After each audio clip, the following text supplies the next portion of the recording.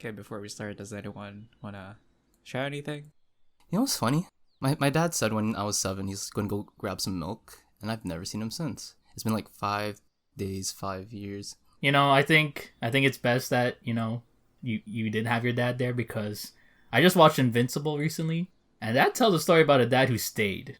And he beat the living crap out of his son, Mark Grayson. Yeah.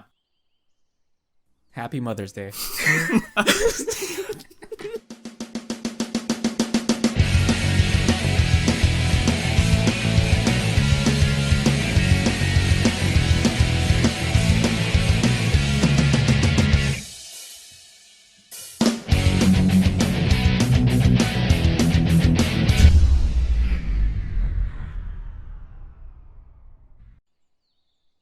Hello, everyone. Welcome back to the Power Outage Podcast, where we geek out in a blackout. I thought that was pretty good. Yeah. Okay. Yeah, whatever. That was a shower thought, but I thought of it. If you I don't like know that. who we are, okay, cool. At least someone likes it. Unlike Omni-Man. So, yes, we are a podcast where we talk TV shows. And this TV show we're going to talk about this episode is the last 6 episodes of Mystic Pop-Up Bar. Spoiler warning, every show that we talk about is not going to be spoiler-free. So if you haven't watched the show, you can skip this episode, watch Mystic Pop-Up Bar, come back, and we'll accept you with open arms. Also, apologies if you hear some ticky-tacking, some ruffling, some thumping. When we came back to the spirit world to record this episode, we found our equipment in disarray. There's some sabotaging in there. It wouldn't work properly, so we enlisted the help of the electrical sprites. They get to help out fix our equipment while we're here. They said we can still record. They're just going to be tinkering inside the machines that we have. There will be some noises in the background, so bear with us. We'll try to edit them out as much as possible, but yeah, just fair warning for all y'all listening. And we gotta show support to the electrical sprites here in the spirit realm. Shoutouts to them. Alright, folks. The people joining with me tonight is the spirit of indecisiveness, Ryan. If changing your fate is called a miracle, then miracles may be happening every day. Happy Mother's Day. And also with me is the god of glizzies. They say Levi. gobble de gobble de gobble gobble. All right. As for your host today, and only today, and never forever in the future, my name is Kent, and I am the spirit of unfortunate dilemmas. Oh. Yes. Trademark. I got a lateral promotion in the spirit world. I get the same amount of money doing the same amount of work, but have a different title. Shout out to the nurses out there. We understand your struggle. Not as nurses personally. We are not Ryan's thoughts are his and his alone. They do not reflect the views and opinions of the rest of Power Outage. Okay. So, like I mentioned before, we watched Mystic Pop-Up Bar with the last 6 episodes. We left off in a cliffhanger where Jojo and the crew solved a conception case, and then they had to do some spirit world workaround and eventually got their case solved, but led to their arrest. That's where we left off, and now we're going to talk about the last 6 episodes. So I'll throw it out to you folks. Highlights, lowlights of these episodes. What are y'all feeling?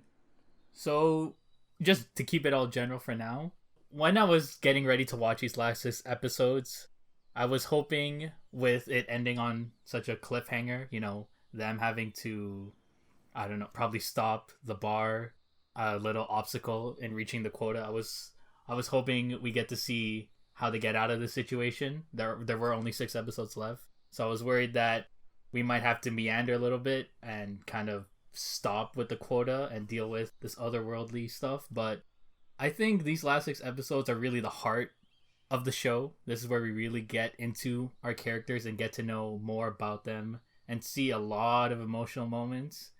The first 6 are focused a little bit on the victims as well as our main characters, but these last 6 are really focused on our main characters and getting to know who they are and what they're about. even just trying to get through these last 6 episodes, by each episode I was getting more and more sad because it was going to come to an end. And yeah, over this whole series, I've grown to love all these characters and just root for the best outcome for them. And we'll get into what happened to them at the end. But yeah, overall, a great show. I was not expecting to like it as much as I did. And even watching the first 6, I wasn't expecting to like it even more than that. But these last 6, great stuff. For me, I felt like I was delaying the end. As soon as I hit maybe the last quarter of the season, where it's 9-10, I started noticing that I'm kind of delaying finishing it just because I'm like, I really actually enjoyed this. Overall, I do agree with what Ryan said, where it's focusing less on the victims and the supporting cast that helped characterize our main cast. Now it's just, okay, we're tying the loose ends, concluding what we introduced in the beginning. I can see myself rewatching this series, not being like other shows where I just be like one and done forever. I could see myself kind of revisiting this later in life just to see where my mind's at, because I could feel like I could relate more just with what life experience I have. But also I would like to see, after a second viewing, how well they told the story with characterizing the way they did. But overall, yeah, I like the story. I really like the show. Didn't think I would. I'll probably watch maybe one more Korean K-drama that's action mystical related. Shoutouts to Mystic Pop-Up Bar. Yeah, as each episode goes by, you get closer and closer to the thought that it's gonna end. I really like the show, and yeah, I have nothing else to say about it. There's some things I don't like, but then that will be covered later on during my prompted questions. But yeah, so let's move on. My next question is related to what y'all both brought up, is how as each episode goes by in these last 6 episodes, there was less screen time, less focus on like the cases of like the grudges that they need to alleviate, and give more focus to the actual main 3 crew, Woju, Chief Gui, and Kangbei. How do y'all feel about it? I think it was a lot easier to remember the first 6 episodes individually because they were so unique with the case that they were dealing with. But even preparing to record this episode, I had to kind of refresh myself on what actually happened in each episode because they all blend together so well because of the main overarching story with Kangbei, Chief Gui, and Wolju. All their stories start to connect to each other more and more. So I think episodes 7, 8, and 9 are purely like isolated cases that obviously do have some tie-ins to the main cast, but 7, 8, and 9 are very similar to the first 6. But once we get to 10 and onwards, yeah, that's when it really gets personal to the main characters, especially with the goal towards the quota. And I know we talked about it in our last episode, how we were theory crafting like what kind of cases they'll deal with near the end. And after listening to what we said, we're pretty much on the ball with those theories. We'll get into that later.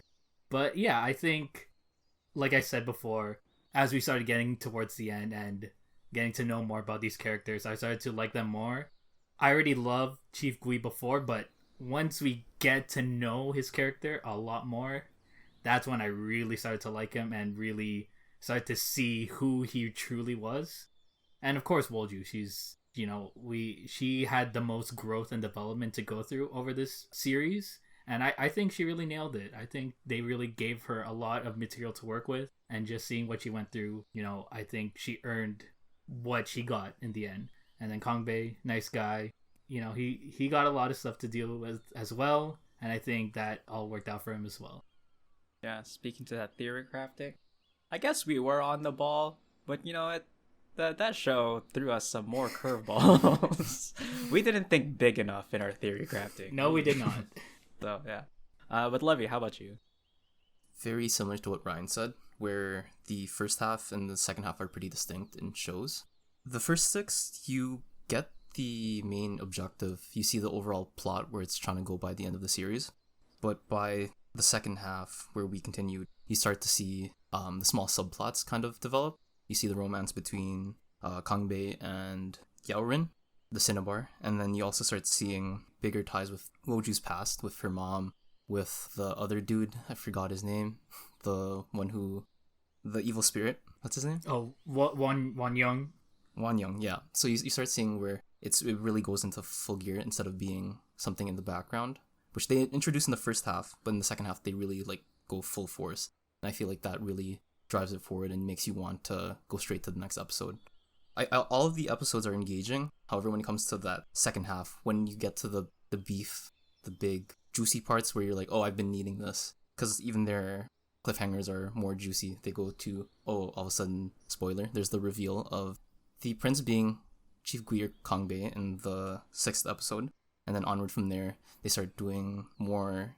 I think it ended on the murder, or it was leading towards the murder of the reincarnated mother, the queen. So yeah, just the stakes. There was like, oh, okay, we're getting really big instead of just like a small cliffhanger kind of. Yeah, I might disagree a little bit on like the royal plot line, but before I get into that, I do like how we're focusing more on the 3-person crew of the Mystic Pop-Up Bar, because I think that was what's needed on the show. But I also miss having those cases of those people with grudges that need solving. I think before the show, this premise reminds me of an anime that I watched. It's called Bartender. Oh, interesting. And each episode, somebody comes in, talks about their problems, and then the bartender, nameless I believe, serves them a drink, like the perfect drink, where they're able to open up in their feelings and they can talk to each other. So Mystic Pop-Up Bar's premise reminded me of that, and I really liked the first 6 episodes because of it. While I do appreciate that they still kept it, I felt like they should have done a little more stronger on the cases. I understand why, because they have to put more focus on the 3 characters and the whole royal plotline, but I don't necessarily like everything about this royal plotline because of one character and what he does. His name is Kim Won-hyung, and he's trash. I agree with that. Yeah. As well. You know what he's like until like episode 12? He's like Maleficent from Kingdom Hearts. He thinks he's the main villain. He's actually the main villain, but really every time he smirks, it's like, get out of here.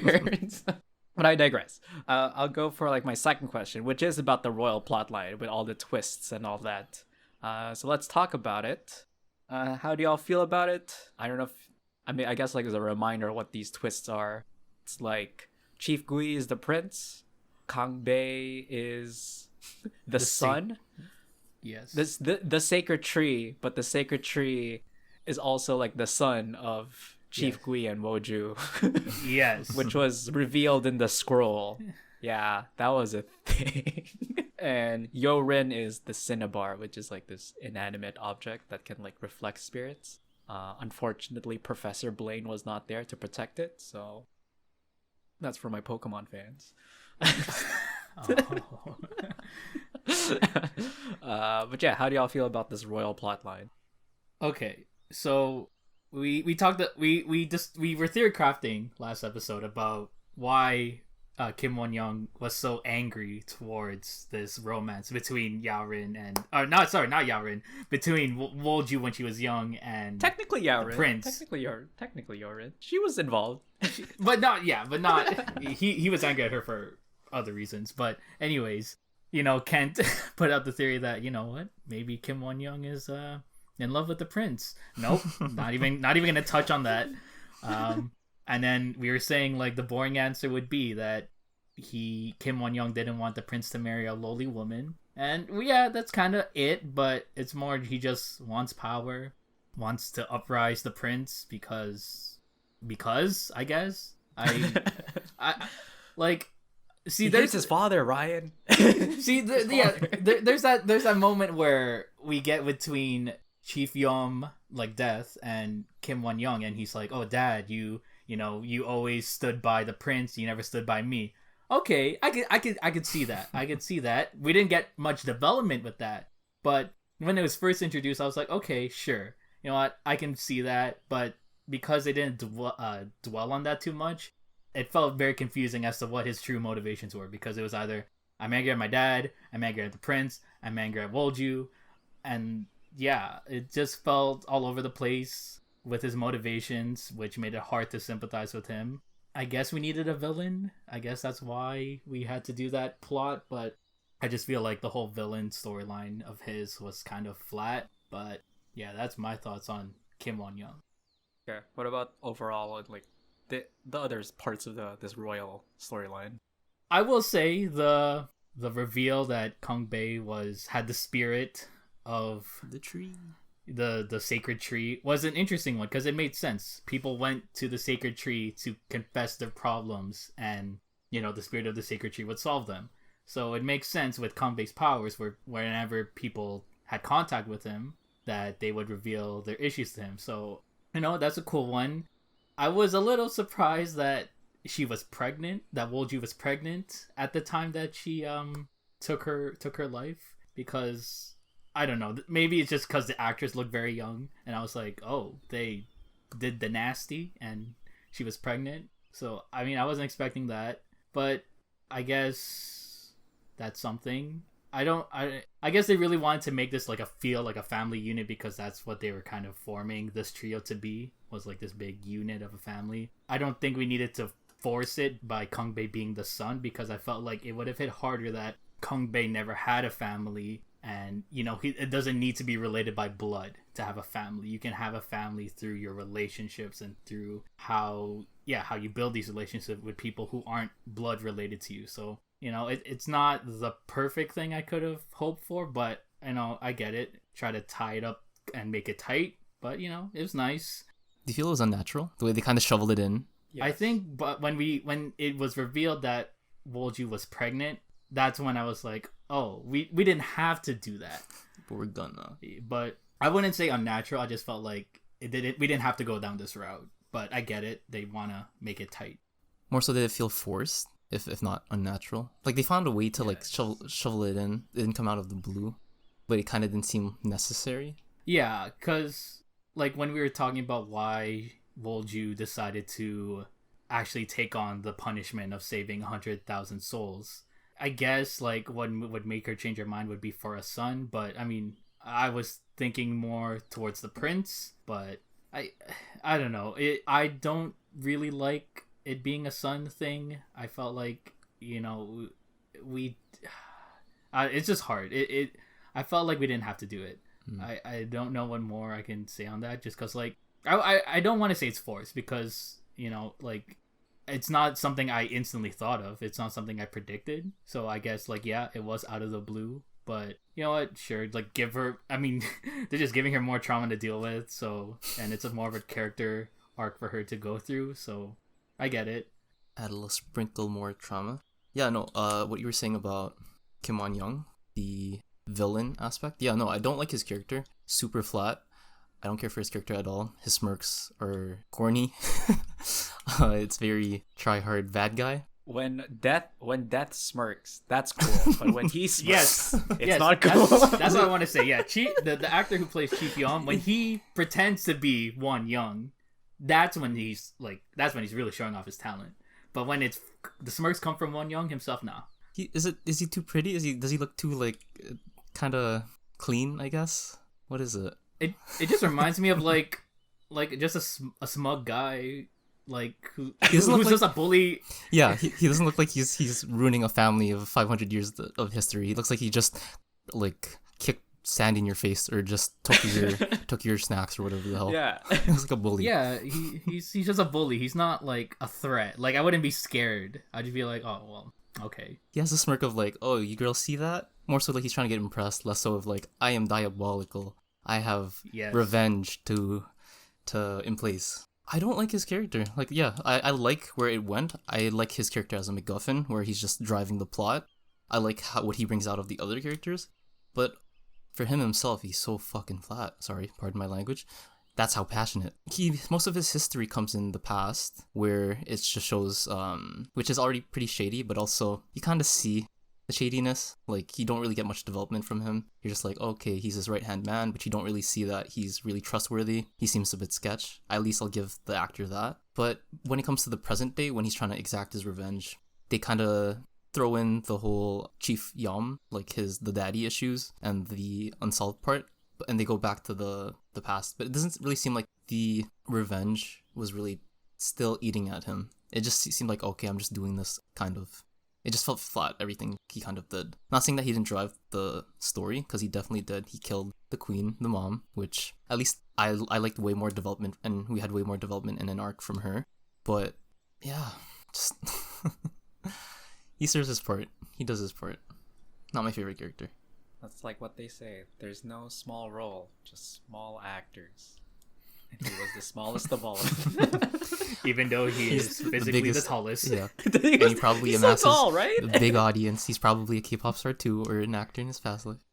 Yeah, because like somebody did a good deed in his past life, and they're like, you know what, your your reincarnation is gonna play this character in this K-drama. Okay, but yeah, Levy, what about the others part of the royal plotline? The mom, I like her arc. I like her part she plays. The whole she comes back, because it's just like everybody from the past is kind of coming back. It's weird how they look at reincarnation, because she didn't have any grave sins herself other than just being a poor mom. Nothing too out of the ordinary. She didn't execute the mom. I could have sworn that was the uprising or other people. She got reincarnated, and that's the rules, right? If you did good, then you reincarnate as a human. Yeah. Yes. So it's kind of confusing to that, but we're just like, okay, let's just see where she can go. I feel like what's good is you also got a lot of development and just more exposure with Gui. When you see that dynamic, where he's more emotional, he's just kind of like, get out of my business. Stop, mom. I love her. Stop. Like that. But all the other stuff, I do like where it goes. I do like, just because they already hinted in the beginning, just seeing the way it's resolving, it's like, okay, this is the K-drama aspect. I feel like if you changed the tone of the show, where you really wanted to dive into the psyches and you went into like Persona 5 territory and characterize that more, the tone of the show would change drastically if you kind of made it more serious. There's a lot of focus on romance in the show. A lot of the subplots and the case by case, the monsters of the week, kind of have a romance aspect, if not love. The majority of them do. As for me, the royal plotline, I think I've said enough about this Won-hyung character. He's also wearing black, okay? That means he's bad. He smirks and he's wearing black. Yeah. I don't know why when they realized that Chief Yom was wearing black, didn't they notice? No, that's true. That's true. Yeah. And also he wasn't eating noodles. Yeah. He wasn't eating udon. Yeah, the whole thing was pretty silly in my head. Everything else about the royal plotline I really like. I think what differentiates with Won-hyung part with everything else is that Won-hyung doesn't feel as connected as the rest. Like emotionally. Like yes, they're connected because he literally killed Woju's mom. Like yeah. And started this whole thing basically. But like the whole mom, the empress storyline, Woju and Chief Gui as a prince, there's felt like more connection there and more things to showcase. So when the episodes talk about the relationships between the crown prince and Woju, those are like the strongest parts of like all 6 episodes. Them developing this understanding of like why they did the things they did and why didn't they tell each other these secrets. Those are like the strongest moments. And then it's quite jarring when you cut to like the antics of Won-hyung. What is the smirky boy gonna do next? Thing. It's so jarring because it doesn't feel as developed or feel invested in the storyline as opposed to Woju and Chief Gui, because from the very beginning that's the foundation, that's everything. And I guess maybe they had to give development to Won-hyung just to be like, he's the bad guy. He's the bad guy. He has dad issues. But yeah. I like the only time I actually really liked Won-hyung is when I think it was episode 7 or 8. I think it was 8, the beginning, when he confronted his father at that warehouse. And then that's the first time you hear all his motivations and like what he did. And yeah, I think that was the best part that he ever did. After that, he became Maleficent from Kingdom Hearts. And I didn't like it. So yeah. Now I think that's what I maybe to Ryan's point as well about like how everything's connected. I kind of also have to agree with like it doesn't feel as natural to do it away. Maybe I'm thinking I'm putting it in the wrong mindset. I think the show already set up that like destiny and fate is a thing in the show. So having the son be Kang Bae or like having a child, and a lot of mythical stories have those connections with children and legacy being with fate and destiny. Personally, I didn't feel like they did it too well, but also I get why they did it, so I don't want to knock on it too much. But when the reveal of like Kang Bei is the son, I was like, wow, they really like trimming the fat. They really like using every part of the buffalo, you know, just everything. They use everything for this show. And on a lesser note, Yo Rin as the Cinnabar, that's whatever. That's See, I felt like if they established the Cinnabar thing a little early on, then we can accept that. But yeah, the Yao Rin being a Cinnabar, I was like, I don't think this is gonna go anywhere. Yeah, I think it also like weirded out because like in their world there are people with awakened spiritual vision, right? Mm-hmm. So it just weirds me out that like these two people are not those. Their actual spiritual powers come from, you know, established mythical objects, mythical beings. Mm-hmm. So then why introduce there are people with awakened spiritual visions? Because that's how shamans are. I was like, oh, I don't know. It feels like when they were trying to connect everything together, it doesn't feel as right as because maybe for more like a more richer, wider world, it would have been nice if they were just separate from all that. That they were just, you know, they were actually people with spiritual vision, awakened spiritual vision, and they like Woju and like Kang Bei likes Woju and Chief Gui because, you know, that's a found family. He found his group that he wants to be a part of. Mm-hmm. Yeah. How'd you feel about the reveal with Kang Bei being the tree? So the whole, as far as I remember, it being in the bar, and he kind of just awakens anime style. Whether it's you compare it to he went Super Saiyan. He went Super Saiyan, or he was Gohan. I'd even compare it to like Naruto, and I don't even watch it like that. But like Mangekyo, like he just they unlocked it. It's just in his eye, and he's just like, oh, and then all of a sudden he comes not overpowered, but he just has the physical power to withstand and stop Kimon. I didn't. That's where it felt cheesy. I didn't mind the fact that he was connected and he is related to the tree, or he is the tree. He's the child of the tree. It's just the fact of how they did it. I'm just like, I mean, yeah, I guess you can do it that way.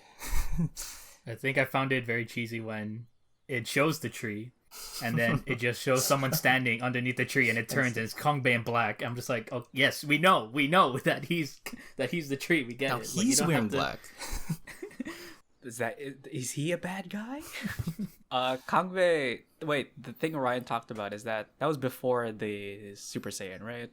Yes. Yeah, moments before. Okay, very close. I don't think it was the reveal, but I think it was like heavily implied that it was Kang Bei. Was when the reveal of like what the actual scroll was, like what was written on the scroll.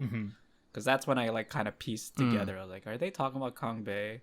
Because they're like, yeah, they've suffered like over the years and all that.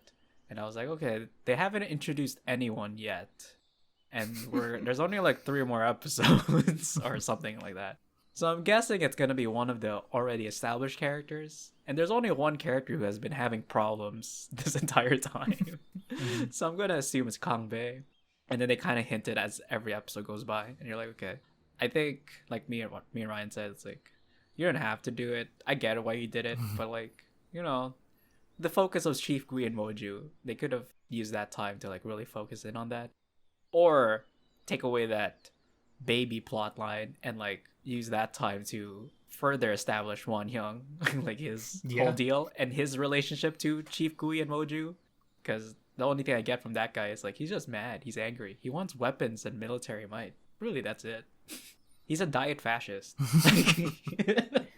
So, yeah. How about you, Levi? Since you brought up the question, I do not like. Yeah, just repeating what I said. I don't mind the connection. It's just that specific reveal or that specific scene where they're just showing like, okay, let's add the supernatural kind of action aspect, which they've had. I feel like that was it was alright. It was like milquetoast at best. When we had like the fighting scene, every fighting scene kind of. I've only had maybe 1 or 2 fight scenes or action scenes where I'm like, oh okay, I think they did it properly. I think one of the first fights, I'm just like, oh, this is stupid. They didn't even put any effects or any choreography. I think that was with like the heist for the code in the first half. But then after it got better. But yeah, I just how they did that, I'm just like, I don't know where they're trying to go with the show. It didn't feel forced. It was just a personal like nitpick. I'm like, okay, this is where we're going. I did like the reveal, like you said with the scroll. I like that connection, and that definitely struck something in me.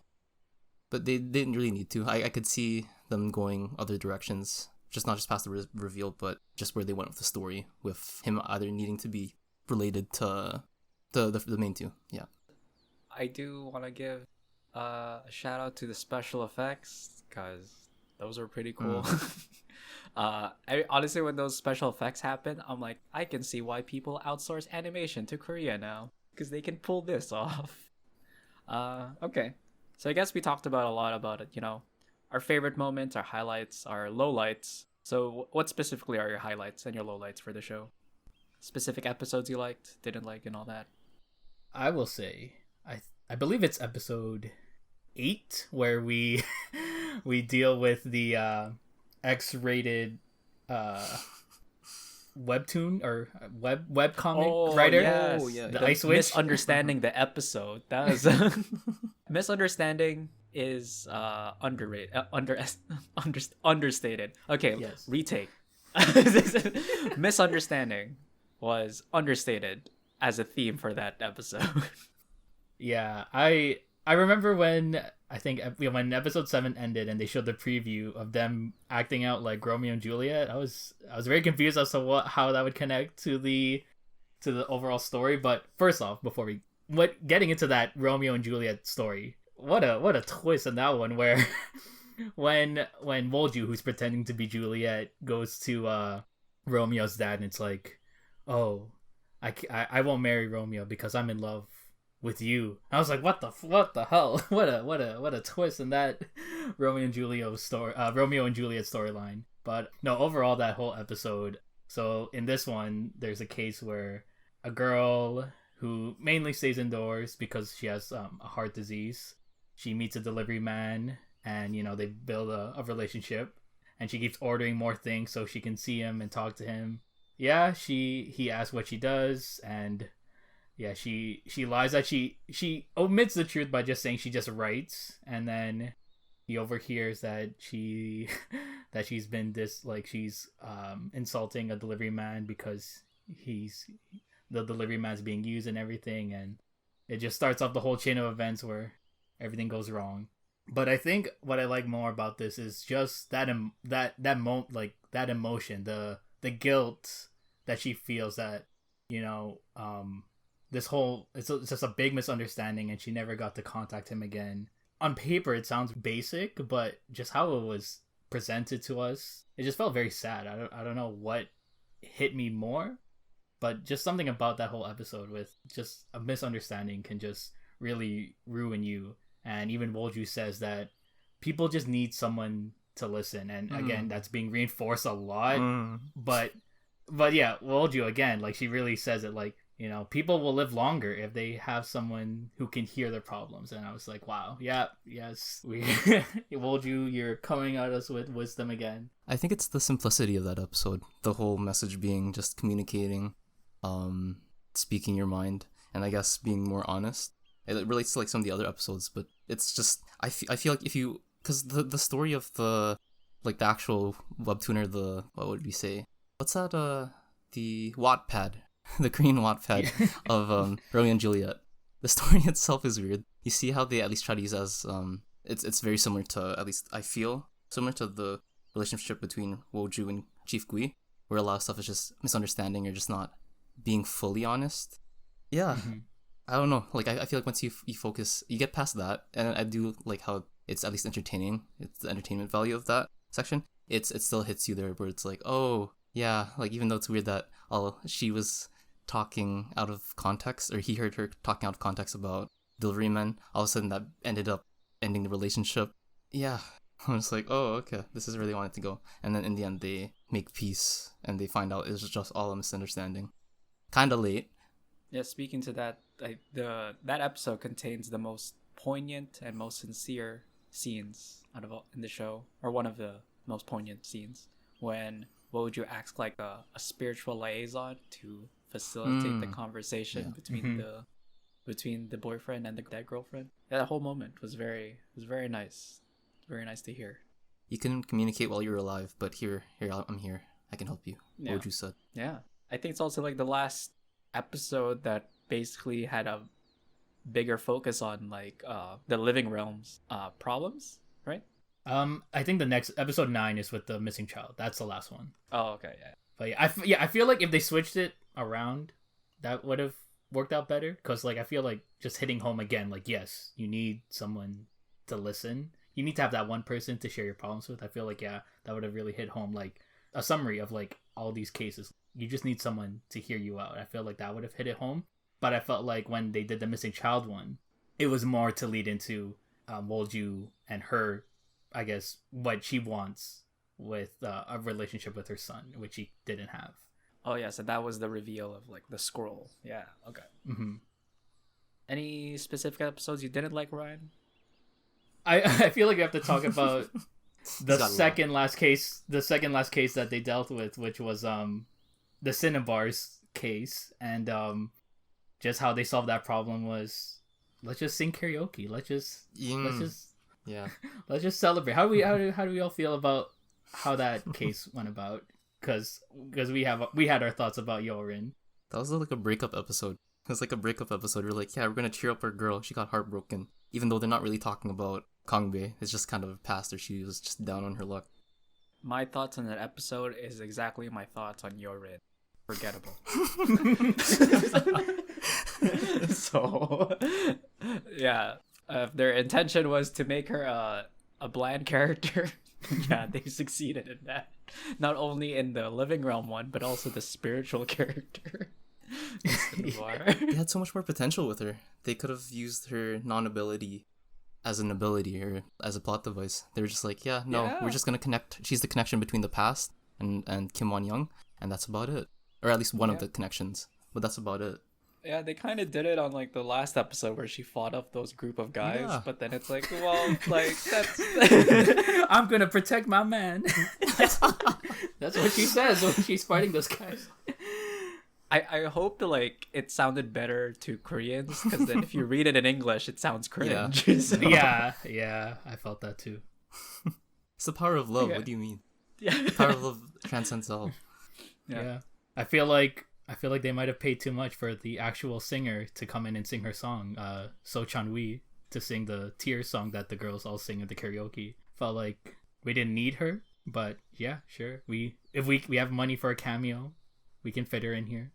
Yeah, that's why they couldn't do all those high budget special effects fights, because they had to bring in the singer.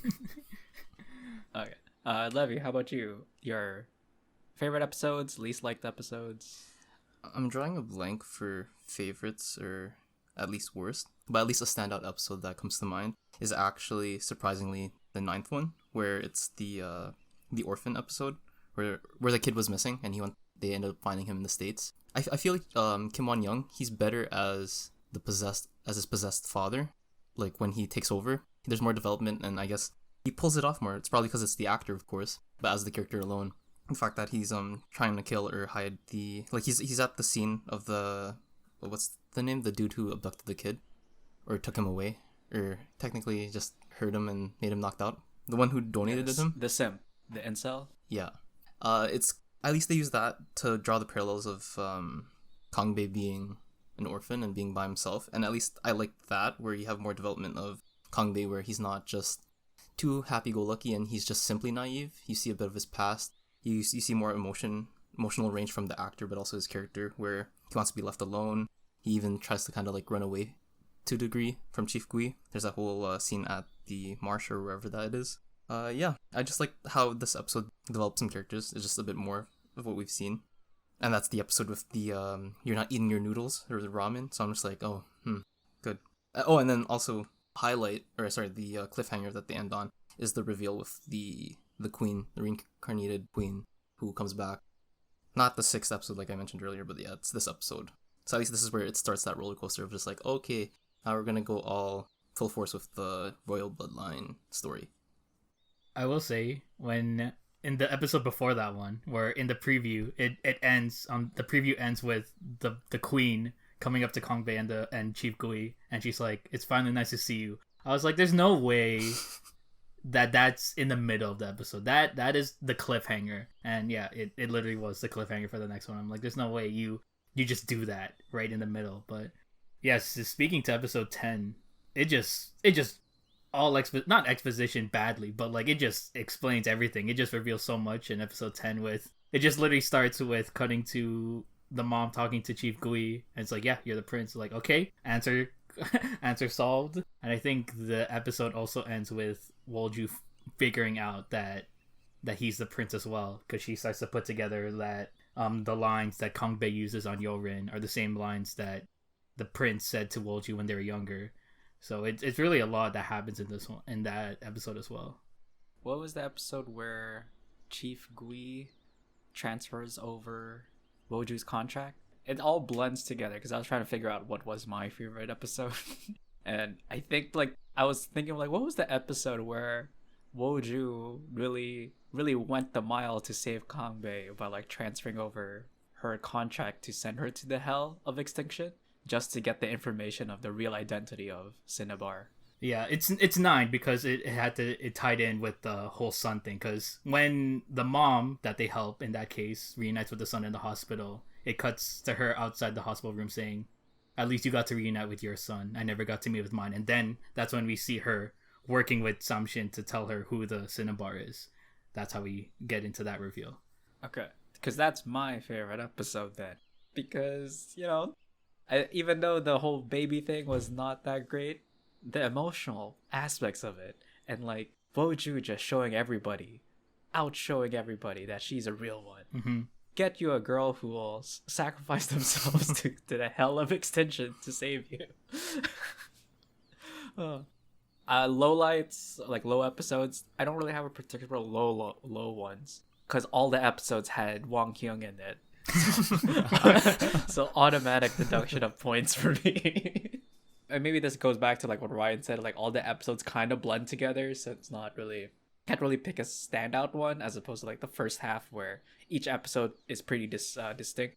So yeah, I think maybe sequence wise, I really like the one where Chief Gui finds out about the death of the fashion designer, his reincarnated mom, and then Woju meets up with him at the temple and they have a chat afterwards. That whole scene, I was like, damn, love does transcend time. Anne Hathaway, you were right. From it. But yeah, I think that's my favorite episodes in my low episodes. So we would be remiss not to talk about something pretty important, which is the ending. With everything about that ending, because like what endings are supposed to be, proper conclusion to all the story arcs that have been introduced. How did y'all feel about the ending of Mystic Pop-Up Bar? Okay. I don't know how my co-hosts feel. I'm trying to. It's okay. I'm trying to gauge it, but you know, like no, honestly, don't be the reference point. Yeah. Like to speak honestly, like I feel like Chief Gui sacrificing himself for Kangbei and Wolju basically, like that. Yes, that's good. I like that. You know what? He had to. He is an honorable man. He will sacrifice for himself, for the people that he cares about. So that made sense. Wolju sacrificing herself for Kangbei, that also makes sense. Like even her last line to him was just so sad, where she basically says like, I'm the one letting go of your hand. You don't have to blame yourself. I enjoyed our time together. And then, you know, he looks at her and it's like, don't go, Amma. And I was like, oh, goddamn. Like, I, you know, that was a very sad moment. And even before that, as the episode was at the beginning of episode 12, where things are starting to kind of wrap up and they're saying their goodbyes to each other, I was thinking like, is this show gonna do something where, is it gonna go the happy ending route where we see them as a family and then it shows that dream that Kangbei has of them actually being a family and having those interactions with each other? I felt like, oh, okay, I think this episode is gonna go dark then. Not dark, but like I feel like this episode isn't gonna have like that them ending with them being a family. But then it cuts to Chief Yom and Samshin on the bench outside the coffee cart, and they're talking about Wolju, and you know the show tries to misdirect you that, you know, Wolju actually did sacrifice herself into the spiral staircase. But you know, she's fine. You know what? Like, okay. And we theorized last episode where the last case to be solved will be Wolju herself, and lo and behold, that happened to be the case here. I didn't have a problem with that. I mean, yes, it's kind of obvious, but it makes sense. Like her grudge about not being able to give her son a good life. That's something she had to deal with, and by sacrificing herself, she accomplished that. Like, yes, you know what, I sacrificed myself for my son when I'm the one who ruined his life in the first place. So I felt like that made sense. But then when the Queen of the Underworld just resurrects Chief Gui, I was like, okay, we're really trying to make it a happy ending at the end here, and she just gets to go back to Earth and help out these cases.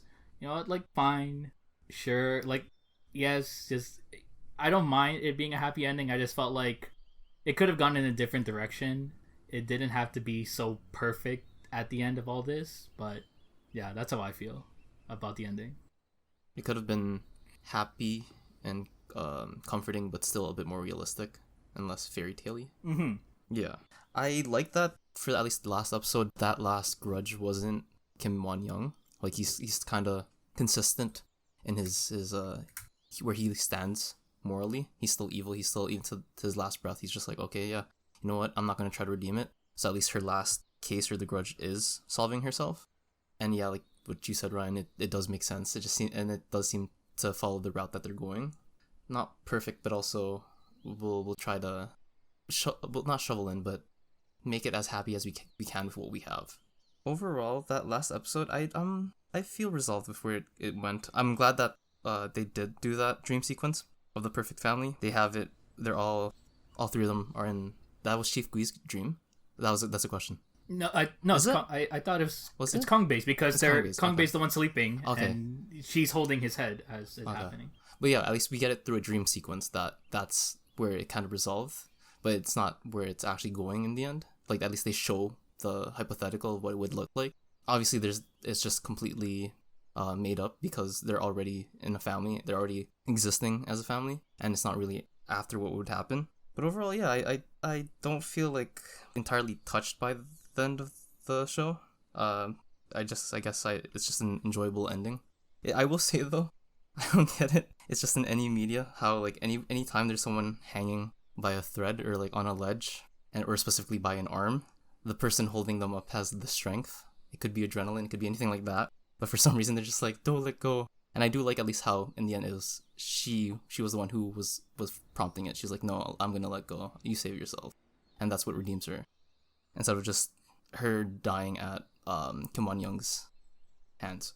For that ledge thing, I didn't understand why they couldn't just like swing her to the staircase. Yeah.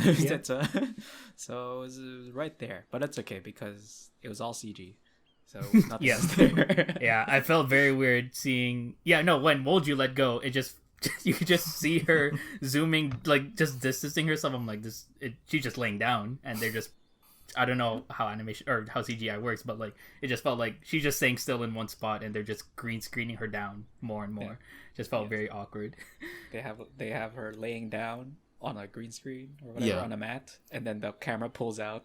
I think Kim Won, when he falls, it's more obvious, but with her, she kind of moves it a bit. Like it's passable at least. Not where it's just like their arms flailing. For me, for the ending, I thought it was fine. I think it was good enough for what it was. There were some still lingering questions that I had, or I was just confused by the end a bit. Because I thought Chief Gui transferred over his Woju's contract, so he should not exist, right? Like that's the thing. I was confused at that part too. And then I googled. I was like, "What the heck? Like, are we not gonna like?" Because he doesn't reveal that to anyone, and no one finds out about that. Like that he transferred the contract to him, and he's the one gonna serve the punishment. But apparently, it's just implied that like because he sacrificed himself, that's why he gets to have a life. And sure, I wish they kind of actually said that, if anything, because I feel like that was such an important part, like him transferring the contract onto himself. Like that should have been, I don't know, discussed a little bit more. I wish we got more screen time instead of literally in episode 12 we get screen time of just Kim Won-hyung in the warehouse just thinking to himself. I'm just like, we're wasting screen time on him when we could have established more about this contract and dealt with that a little bit. Yeah, I feel like it. I also want to. I'm feeling like it might be a translation thing because none of us know Korean. Maybe they did explain it in Korean some way, but it was just translated weirdly. So I don't know. Or also maybe it's like in the webtoon they explained it, but we didn't get anything from the show. So yeah, I don't know. Yeah, I felt like the ending was fine. I don't feel particularly touched, like what Levi said. Satisfying is also like I'm lukewarm on it because again I had those confused, lingering questions. But I think the show, those last 5 minutes were very nice, very uplifting, and I think those characters really deserved what they got. That's where my satisfaction is. I felt like they got the ending that they deserved, that they wanted, at the very least. Okay. I have two more questions. One is a general, one was like a meta one, and one is a actual show one. And the show one is, because we talked about the three people in the Mystic Papa Bar, how do you feel like overall about those three? That being Woju, Chief Gui, and Kangbei. So with Wolju, again, with where her character was at the beginning to where her character was at the end, I felt like she had the most growth and development because she hated humans, and then we get to learn why, and we get to see her kind of accept at the end, like, I want to be with humans, I want to help them just for my sake. I just want, like, I'm not doing it for a quota, I'm just doing it because, people need people to talk to. I'm here to listen. I have this ability to help people settle these grudges, so I will do that out of the goodness of my own heart. So I feel like where her character arc, after everything she's been through, she grew a lot over the time, and she's come to accept a lot of things and understand people more. So I like that. Chief Gui, I mean, he was great at the beginning, just being who he was, and then as we start to see like the nobleman side of him, like that's when he really started to grow on me a lot more, and just seeing how honorable he is to the people he cares about, and how he's willing to sacrifice a lot for them and be that protector for people.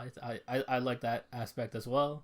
And then with Kangbei, we didn't get to talk about it, but like when they showed that flashback of his foster parents trying to adopt him, and then when they just touch him, or even at the orphanage, like people, whenever they touch him, it's just like we get to hear about it, but like actually seeing it play out, like it must have been such a hard life to live. Like whenever people touch you, they share their deepest thoughts out loud, and it kind of scares people away. Although it came from Kim Won-hyung in Chief Young's body, but he had a point where people like to keep those things hidden, and you keep bringing them out, so why would they want to hang out with you? So I felt like that was a good, interesting point. So seeing Kangbei have to go through that whole process, and him losing his ability, like that makes sense, but I feel like they didn't get to. I feel like there should have been more said on like where his character goes from there. Like, is he still gonna try to talk to people? He does say like, I'm having a hard time getting to read people, but it doesn't really say like if he likes that or if he's trying to, still be someone to talk to for people, trying to be there for them. I felt like it wasn't as tied off as Chief Gui and Wolju were. But, I mean, overall, he's such a great character anyways, so I'm just glad that he had, like, a happy ending at the end. In regards to the trio and all their development, you can tell that they focused more on Woju, and this whole show was mainly Woju's story. Although Gui and Kangbei are part of the main cast, they're underdeveloped. They do have development, and they do have their arcs, but I feel like there's, again, still a bit of potential. They had more they could have done with them. With Kangbei, you didn't see him completely stay static. Same thing with Chief Gui. They're flat characters of Kangbei being naive, but being able to have people open up to him, or Chief Gui being cool and protecting. I feel like we got moments where, so say in those episodes where Kangbei really like questioned his childhood and his upbringing, at least with like the orphanage scene where when they the parents who tried adopting him, how dark they got into fighting when they touched him. That was like, oh, okay, this is a turn, and it did help characterize. We're like, oh, okay, he's been really through some shit. And then same thing with Chief Gui with all the history he's had. But overall, I did like the show and where they went with them. I just feel like, if anything, Chief Gui, I feel like they should have maybe develop more on where it goes after saving her and being saved himself from the hell of extinction. And then say with Kangbei, where what did he learn from all this other than just learning about people and I guess finding the good in people opening up. And then maybe even they could use Yaorin as a cinnabar to actually like complement each other. But overall, yeah, I do like the show and I do like all three of them. I just feel like there could have been a bit more done, but I don't hate how they played them out. Yeah, I don't think I need to echo anything that y'all have said. The only thing I'll add on is that the trio, the Mystic Pop-Up trio, undeniably they have so much chemistry. The characters and the actors, it really puts the show out there that they have this electrifying chemistry in like the sad moments, but also especially like, those little happy moments, like those little moments of happiness that they have together that really showcases how much they actually care about each other.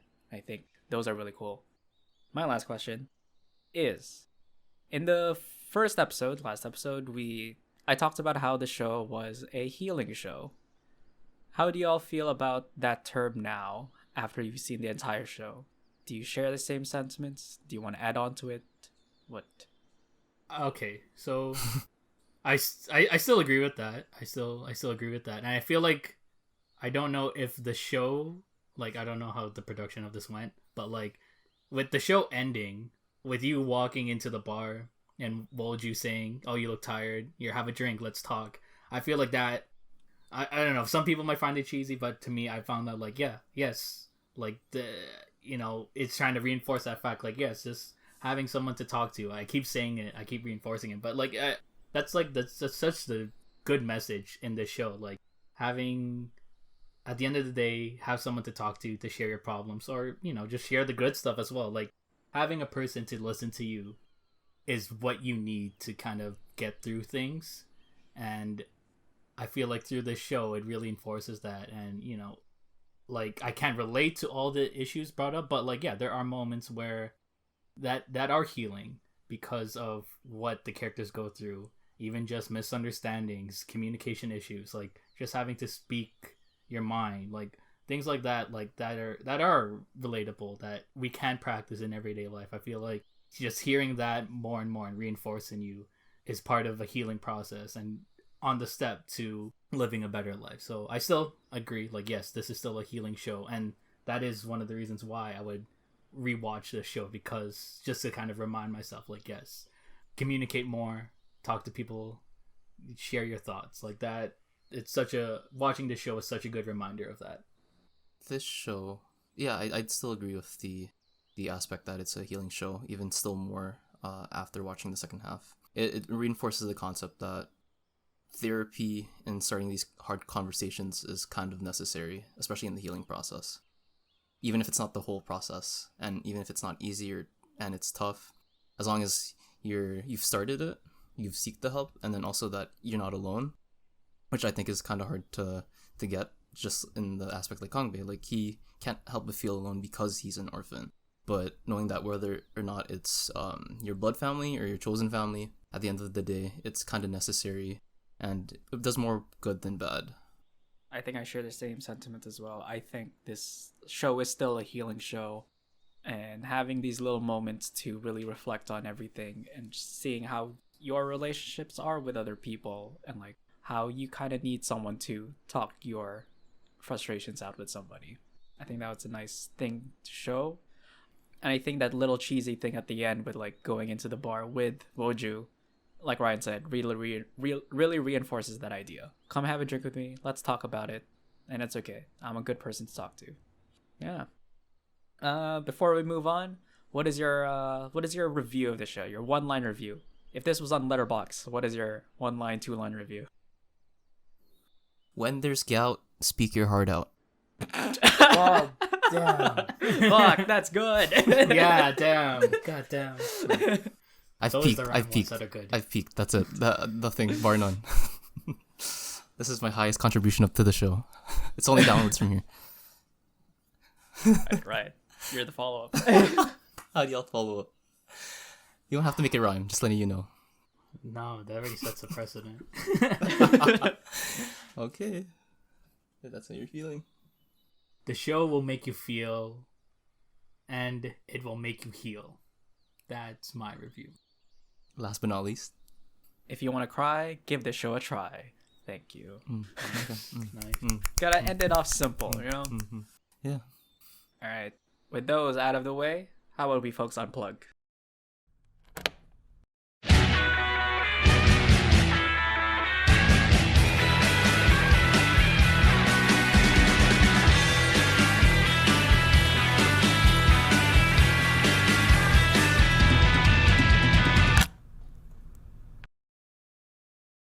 Alright, this is the Unplugged section where we are going to talk about 1 to 2 things that we've been, that we liked over the 2 weeks between episodes.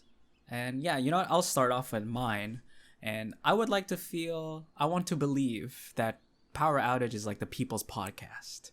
And we have to talk about the things that people want to hear about. And their Oscars came by recently, and I feel like some people really want to know about some of these Oscar movies. So I will talk about Nomadland.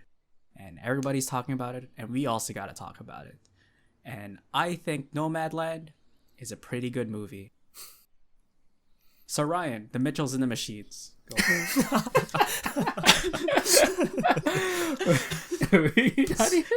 Not even gonna just keep it short and simple. All right, so So The Mitchells versus the Machines is the latest animated movie to come onto Netflix. It is done by Sony. It's computer animated. It's a sci-fi comedy movie, and it's produced by Phil Lord and Christopher Miller, who gave us Cloudy with a Chance of Meatballs, and most notably from Sony as well, Spider-Man Into the Spider-Verse. And High. Yes. Most notably Clone High. In the lead up to this movie, there's a lot of shifts going around. It's supposed to come out in theaters last September under the title Connected. Obviously with the pandemic that shift things around, and it changed the title to The Mitchells versus the Machines. Very aptly named because we follow a family on a road trip, the Mitchells, who are against machines, and they're planning an apocalypse. The machines are kind of based off of Amazon/Apple. They are called the PAL robots, and there's this one robot voiced by Olivia Colman, who's kind of like your Siri equivalent. And the creator of the Siri tries to upgrade and sees that the Siri equivalent is irrelevant, and because of that, he tosses away the Siri equivalent, and she gets angry and creates she takes over all these robots to take over the human race, and we just follow this one family in their quest to destroy all these robots and end up rising. I will say, the animation, if you enjoyed Spider-Man Into the Spider-Verse for its animation, like, Mitchells versus the Machines tops that completely. Like, I could not imagine that Sony could do something like this, but by watching this movie, I just felt like the animation is just so good. And it's so out there because it's written by the people who worked on Gravity Falls. So if you watch that show, it's kind of the same vein with its weirdness and out there weirdness with Mitchell versus the Machines. There's a lot of like interesting cuts and segments that they do. It doesn't feel off. It feels like this is something that I wish was shown on theaters because of how great the animation looked. It is computer animated, but just seeing how these characters move and seeing the different types of animation that they use, it's not just one style throughout the whole thing, because it is inspired by the animation done in Into the Spider-Verse. So they take a lot of animation tricks from there, but plus it in this movie. Like, I can't describe it enough. I feel like animation alone is worth watching this movie for. But the storyline with this family, they're kind of a disjointed family. They're like, we have the daughter who's trying to get into film school, but her dad is disapproving of that. He thinks that she won't make it. Hits me hard. But we also get her brother who's into dinosaurs. He's a weird kid. And then we have the mom who's trying to make this family manageable, trying to make them all connect to one another. And just seeing this family dynamic is very sweet and very wholesome. And just watching their journey throughout, like, again, the premise may seem wild and out there with them stopping a robot apocalypse, but there are those small moments that really hit home, and they're very emotional and just worth. And like we just talked about Mr. Pop-Up Bar being a healing show, but I feel like this is like in terms of like a healing movie because of the family dynamic. They all feel very real. They're all very relatable in one aspect or another. If you haven't watched it, I highly recommend checking it out, whether it's for the story, the animation. I'm surprised with the cast that they got, even though some of these people aren't the main cast. Like I said, Olivia Colman, I wasn't expecting her to be in an animated movie, but she's here. John Legend, apparently they got in this one. Chrissy Teigen. Blake Griffin. Yeah, Blake Griffin is in this movie. Was he dunking on someone? Did he dunk over a car? He plays Himself? a robot. Oh. That dunks on a car? That dunks over a car? There is a car involved during that sequence where he's introduced. So yeah, a little. He doesn't dunk over it, but he lifts it. But yeah, no, I was very surprised with who they got for it. But no, honestly, check it out if you haven't. It's honestly worth watching, and I feel like it will probably definitely be Oscar nominated for sure. I mean, yeah. Shaun the Sheep got nominated. It did. Yes, it did. It did. So, yeah. So, Sony, what do you think they're drinking to get these cool animation out? I don't know what it is. I feel like it's more so Phil Lord and Christopher Miller. I feel like Sony knows to hire them now. I feel like they're the bread and butter of Sony animation. Like I said, it feels very much in vein with Spider-Man Into the Spider-Verse. And once Sony knew, like, okay, yeah, it won an Oscar, it broke $1 billion, we got to hire those people back again. And yeah, it's just something about these two. I mean, they've done other things like the Lego Movie and Clone High. But yeah, like I feel like, you know what, if it ain't broke, don't fix. So yeah, keep hiring these people. I don't know what it is, but I remember when Spider-Verse came out, there was like talks of like they're gonna patent the animation that they did in that and solely keep it exclusive to them. And you know what, like, you know, Sony's getting closer to, you know, I mean, they're already proving themselves now with these last two movies, but if they keep this up, Sony's gonna be a big person to compete with now. I feel like after the Emoji Movie, they were like, okay, I we think got they the peaked money there. now. I think they peaked there, to be honest. Yes. If they can get Patrick Stewart to play the poop emoji, it wasn't that long Anything's before possible. they could get Olivia Colman. No, I kind of like where Sony's going with animation. It's a distinct voice. Pixar is known for doing the whole shtick of what if something had feelings, and then they have heartfelt themes, of course, usually. And the animation's always solid and it looks great. But I feel like the direction Sony's going is just, they're really taking more chances and risks with where their stories are going and how they're telling them. Yeah, I'm just looking at their upcoming one. I think their next one is Wish Dragon, which I'm very excited to see because it's like American Chinese partnership that they're doing. It's gonna come out on Netflix in June 11th, and it has like John Cho, Constance Wu, Jackie Chan apparently produced the movie as well. So I mean, the animation in that, like they've only shown like some promo pictures for it, but it looks pretty good as well. So I'm excited to see, you know, the future of Sony Pictures Animation. Speaking of Japanese powerhouses, Levi, Jojo Part 4. When we were speaking about Japanese specifically, anyway, Sony is a Japanese company, and they're a powerhouse. Yeah. Yes. Anyways, JoJo's Part 4. Sure, why not? Well, speaking of animation, I've revisited it. No, that's too easy. No, that's for me. That doesn't have to be you. That's my segue. It doesn't have to be yours. You can do both. Excuse me. We could have segmented Frankenstein, your part, the Japanese, and I could have went epic. Yeah, as long as it's not too disconjointed. Anyway, JoJo's Part 4. Diamondo wa Fudakanai. Diamond is unbreakable. This is Diamond is not crashed. Diamond is not crashed, for the literal translation. For all you... What is JoJo, Levi? What is JoJo?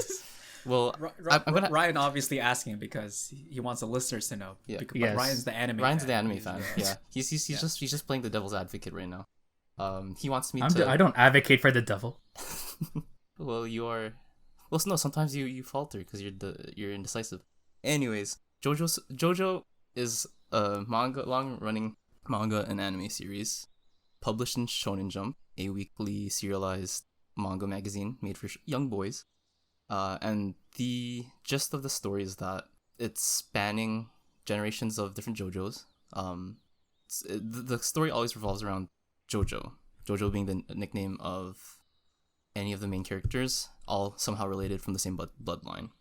Not fully linear in the aspect where it's just like, oh, this is just the son, this is just the daughter, this is just anything like that. It gets a bit mixed, especially too with even part 4, where the connection is that in the bloodline is that it's a bastard son.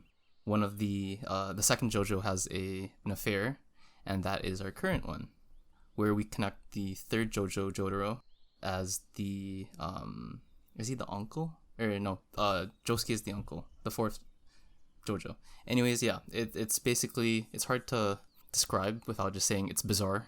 It's very known for the staple of stands, mystical fighting powered men, not exclusive to only just mystical men, but just super powered abilities. And at least the powers they range, they come from very niche to very overpowered and generic.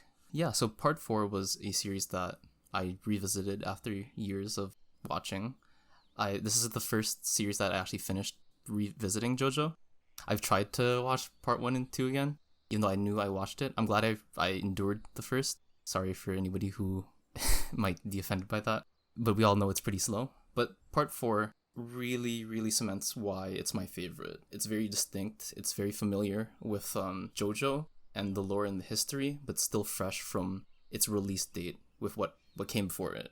Where do I begin? I love this show. I love how what distinguishes it with at least the previous series is that this is where you see JoJo and the manga artist Hiro. Let me see. I don't want to butcher it. I do not want to be flamed for this. Araki, yes, but Araki. This is where this is where his style, both storytelling wise, but also drawing, his art, it's very distinguished. It kind of fluctuates throughout. Currently we're on part 8, Jojo Leon, and you just see his progression as an artist develop. But this is, I guess, where it starts. He's influenced in the first few parts, part 1 to 3, by what's around that time, which is more so just generic action and shonen. Where 4, it takes the powers to another level, and even you see the character design get more flamboyant, and he gets more freer with it. Part 4 is essentially, long story short, it's a murder mystery. It's a cat and mouse chase where basically they're trying to find the murderer. It ends up becoming they're trying to find the murderer of the small town of Morio. We have Jotaro, the previous JoJo that was focused on from Stardust Crusader, come in, and I like how they don't overpower him. He's still power wise, he's overpowered, but the story isn't about him. They're able to tie it in. Yeah, I just like where the whole general direction goes with it. They're trying to solve the mystery of who killed Raimi, this girl who was murdered a few years or 15 years in the past, and they're trying to track down the killer who's been still at it. And I think it's a nice turn from part 3 and the previous parts, where at least all of them, all JoJo's kind of revolve around, okay, we have a main villain and essentially we have to stop him and or kill him. The fourth one, with how they go about it, it's not just a linear track like where how part 3 it's like we have the main four, which is Jotaro and Jonathan, his grandfather, and then the other 2 stand users, and then basically we're just following their journey. We know that the end goal is Dio, which was introduced from another part, and essentially they're just getting closer to him. But the way they tell it, there's a lot of introduced stand users and other characters that kind of just are used to showcase their power, and I guess kind of use as filler. But in regards to part 4, you have the cast and you have the enemies who are also stand users and have mystical powers. They resolve and they have an arc. They become friends in the end, or they use them for development later, or plot devices later. Once they're beaten it's not just like, oh, okay, that's it, or they're completely evil. They show that no, they're still part of the small town, which I guess you get the community aspect. And yeah, you just see the development of that. I really love the story. I'm so glad I rewatched it. The part for the last, there's 3 openings. Last opening, banger. Even though it wasn't my favorite at the upon my first viewing a few years ago. It's very funny because Kent, you know how the last opening goes, right? It's like great days. It starts with breakdown, and I was just like, funny just how time and how life's been going. Not right now, at least, but being in my head and whatever, in my mood and in my feels. When I heard breakdown, I just kept laughing a bit because I'm just like, oh my god, yeah, I was breaking down. I'm just like, that's funny. I didn't think I'd make that connection, but here we are. So you brought up earlier that, you found it a little hard to get through the first part, first season, and now you're enjoying the 4th. Mm-hmm. For people out there who not you maybe are interested in, because you already know. Well, no, I did stop after the first part, so well, you like for someone, you're the anime man. You're just saying that. It's okay. Don't worry. But he's also indecisive, so he doesn't know if he wants to continue or not. Yeah, so going to that, like for people who are trying to get into it or who find that the first half is a little slow, like can they expect, at least in the second part? Because I mean, the 4th part sounds great, but the 4th stab wound doesn't get better than the first. So does the second part feel like a good shift towards betterness, I guess? I'd say with each part of Jojo that's being released. So the manga is at the current part 8 with the 8th Jojo. The anime right now has been announced. We've only finished the 5th Jojo, which was Giorno. And then the next one is Stone Ocean, featuring Jolene. And I'd say just in general, with everything, both the animation, both in the actual story itself, it gets better. And obviously, I feel like it does, or like I said before, the manga, the art gets so much better as well. So essentially, I feel like it's not, okay, maybe I sound, it's controversial. I wouldn't say skip the first part. I would say in general, just don't skip anything if you want the full Jojo effect. I feel like if you think that there's something that you're going to cling to, it's just good to have the whole full picture of Jojo. If you're just trying to get into the series or just touch, I guess, tread the waters and see if you like it, you're testing it, then I would for sure start at 2 to 3. 2 is a bit slow too, but I feel like if you jump to 3, there's enough continuity or just ties that it's not heavy, it's not defining the story, but you're just gonna be like, oh, okay, there's a connection, because in the end, all JoJos are connected somehow, even if it's a mention of, oh, this is just the relation to the next JoJo. Because at least, yeah.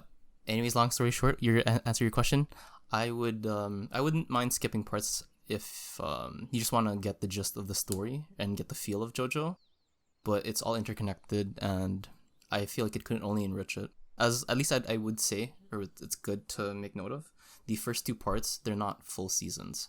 So at least past part 3, so 3, 4, and even 5, they're roughly around 40 episodes. So they go long.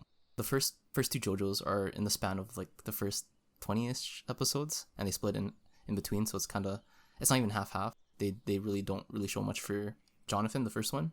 So they even cut out much, even as slow as it may be. If you need to skip, but if you like what you hear for the later parts, at least revisit it at some point. At least for me, I want to rewatch another part. I'll give it another show in between, but I'd probably watch part 5 next. I think I'd do part 3 last, or part 3 after, and then the first part last. If you do want to skip, I don't encourage it, but if you do, you can watch part 5, because part 5 is very separate from everything else. It's not really connected to anything. As the audience surrogate, yes, you can watch part 5. And then part 6, Ryan, I think you'll like it. It's a prison break, so. Oh. Yeah. I guess for my topic, my actual real topic. But my preamble for that topic, again, I want to believe that we are the people's podcast. So let's talk about the things that people are doing these days. And I know like tax season kind of ended in Canada, but tax submissions in the US extended to like May 13th or something. I don't know. So I'm going to talk about tax evasion. Here's the tips of how to do it and how not to go about it. Yeah. Specifically how Turnip Boy did it by playing the game Turnip Boy commits tax evasion. This is a an adorable game. It's a Zelda-like, so it's more reminiscent from like a Link to the Past or similar to those, or like the Game Boy Advance ones. And it's not a very long game. It's a very short game. It's like, I think I clocked in around 2.5 hours, but that's me 100%ing everything. It's not that hard to do it, but yeah, that's how just because I like collecting things and there's things to collect there. So yeah, it's, again, I mentioned it's like a very Zelda-like. There's a few dungeons. The premise of the game is that you are Turnip Boy who is living in a greenhouse where Mayor Onion gives you a thing that you have to pay taxes on. And then Turnip Boy rips that tax document and says no. And that's how he committed tax evasion. And now Mayor Onion is upset and wants Turnip Boy to do these tasks so they can repay him back for what he's done, for what Turnip Boy did, for the crimes that he did. It's set in a world where vegetables are sentient, so how since they're like onions, turnip, and they make a lot of jokes about it, how there's all this, and the enemies you fight are herbivores, so like snails, worms, deers, and all that. The art style is very cute. It's very adorable, and the sound design is chef kiss, so good. It's very, very good. And yeah, I don't want to spoil too much about the story, but like there is some world building and like how things came to be. And there are some moments where like it's very happy-go-lucky, kind of like, oh, this is charming. But there's like one moment this in like this farmhouse sequence, the farmhouse dungeon you have to do when you read some letters, and then by the end of it something happened. And you're like, fuck, that hits hard. I didn't expect that. And then after that, you meet a macaroni who talks about the meme of how many kill counts, what his kill count was, that meme, that copy pasta. There's so many memes and references in this game. There is, speaking of which, there's a Jojo reference. Yeah, I was about to say. There is a Jojo reference here. There's also a Gurren Lagann reference somewhere. There's a lot of references, especially if you grew up in the 2000s in the internet. I think it's a great game.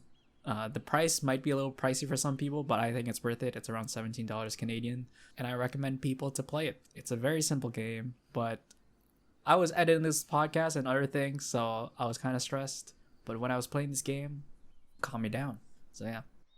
How's the game aspect of it? So it's similar to Zelda, but it seems like the writing and the story is what it really is the strong point. How's the game?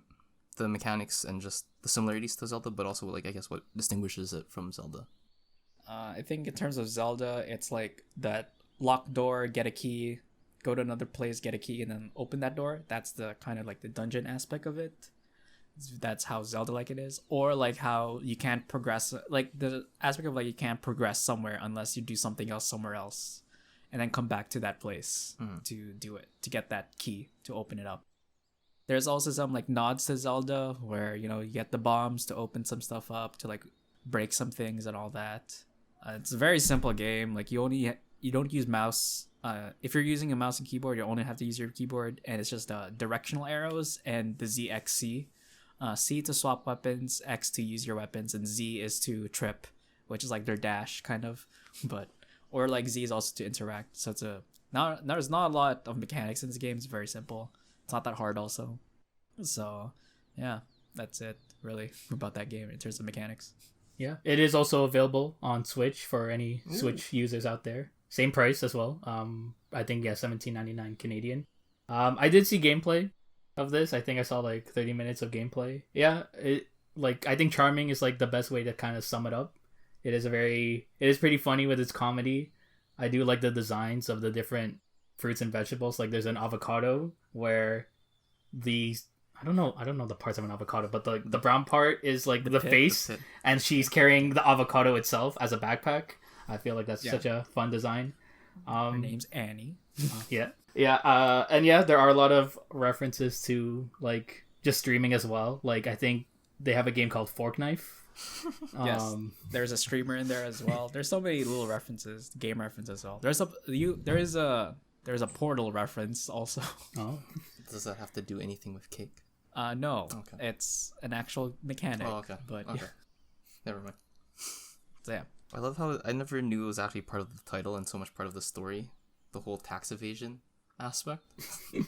it's a whole thing. I don't want to spoil the story, but there is it in the 2 hours you play this game, it goes places, and you're like, wow, did not expect this. Did you take notes? You're like, this is how I should go about it. Yes. Well, it's too late for us, but maybe for next tax season. Yeah. Yeah. Ryan, you were gonna say something? Oh, like when you say like it goes places, do you mean like dark? Do you mean like emotional? What do you like? I mean, not to spoil, but like does it go? What kind of places? Like where? It goes wacky. Oh, okay. Okay. They explain why everything is the way it is, and you're like, this interesting. Is funny. This is funny. I'm assuming you did this all in one go, or I did it in I split into 2 sessions. So. Okay. Question: how did you find out about it? What's your exposure to this game? I went on Steam, You're like and a then I tax saw evasion. it was like, yes, I don't want to pay my taxes, so Because I need to use it on games. oh, I paid my taxes in early April. It's fine. It's okay. The CRA is not listening. It's already late. This is for next season. This is for 2021. Okay. I found it on Steam. It was like the front page of Steam. Like, you know how if you scroll down, there's like, what is the community playing? And you're like, one of them was Turnip Boy. I was like, oh, cool. So yeah, I played it there. It seemed charming enough, and I was like, fuck it, why not? So yeah, with a lesson in tax evasion, I think we'll end it off there. So for the next show that we're gonna watch, as unfortunate it is that Mystic Pop-Up Bar ended, we have to move on. And the next show that we're gonna watch is The Dark Crystal: Age of Resistance, which is available on Disney Plus. So there are 10 episodes for that. It's Netflix. It's Netflix. Is it Netflix? I thought it was It's Disney Netflix. Plus. No, it's Never mind. Netflix. Okay. Oof. Okay, redo that. Okay. How did I start it off? Wait, also, wait, one So question. that what that lesson on tax evasion. That's how you. No. Okay, but after that, what did I say? As unfortunate as Mystic Pop-Up Bar is done. As unfortunate as Mystic Pop-Up ending, we have to move on, and we're gonna watch another show. And the next show that we're gonna watch is The Dark Crystal: Age of Resistance, which is available on Netflix. There are 10 episodes. So the next episode of this podcast, we're gonna talk about the first 5. So get ready for that. And yeah, we're all just gonna have a good time. Because a title like The Dark Crystal: Age of Resistance is nothing short of happiness and joy and success. So this was the Power Outage Podcast. We are your hosts, Kent, Levi, and Ryan. And we'll see you all next time.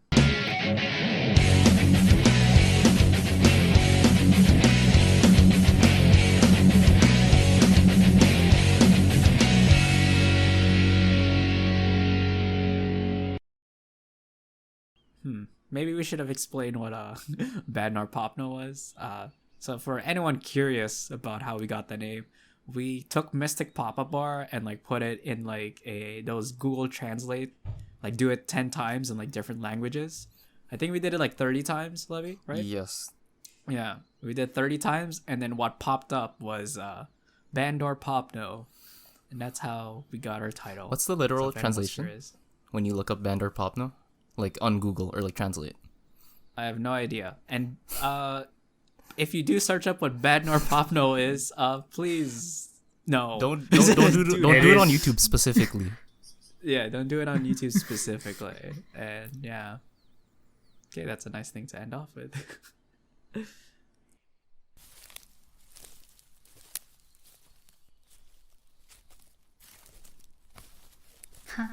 Those spirits actually left their equipment here. They don't know that this is actually the bad place, and we're the evil spirits. Well, they're in for something when they come back.